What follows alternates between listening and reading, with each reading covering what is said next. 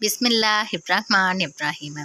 हज़रत Umar bin Khattab रज़ी अल्लाह ताला अन्हो नबी सल्लल्लाहु अलैहि वसल्लम से रिवायत करते हैं, आप सल्लल्लाहु अलैहि वसल्लम ने फरमाया, मुझे इस उम्मत के हर मुनाफिक का अंदेशा है, क्योंकि वो बात हिकमत के साथ करता है जबकि अमली तौर पर जुल्म करता है। मुश्कातुल मसाबी हदीस नंबर 5337।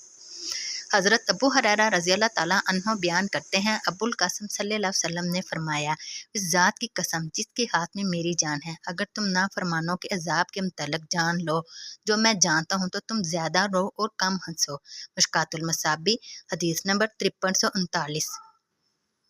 हज़रत उम्मे अला अंसारिया रज़ी अल्लाह ताला अन्हा बयान करती हैं, रसूल अल्लाह सल्लल्लाहु अलैहि वसल्लम ने फरमाया, अल्लाह की कसम मैं नहीं जानता, अल्लाह की कसम मैं नहीं जानता, जबकि मैं अल्लाह का रसूल भी हूँ, कि मेरे साथ और तुम्हारे साथ क्या सलूक किया जाएगा। मुश्कातुल मसाबी हदीस नंबर 5340।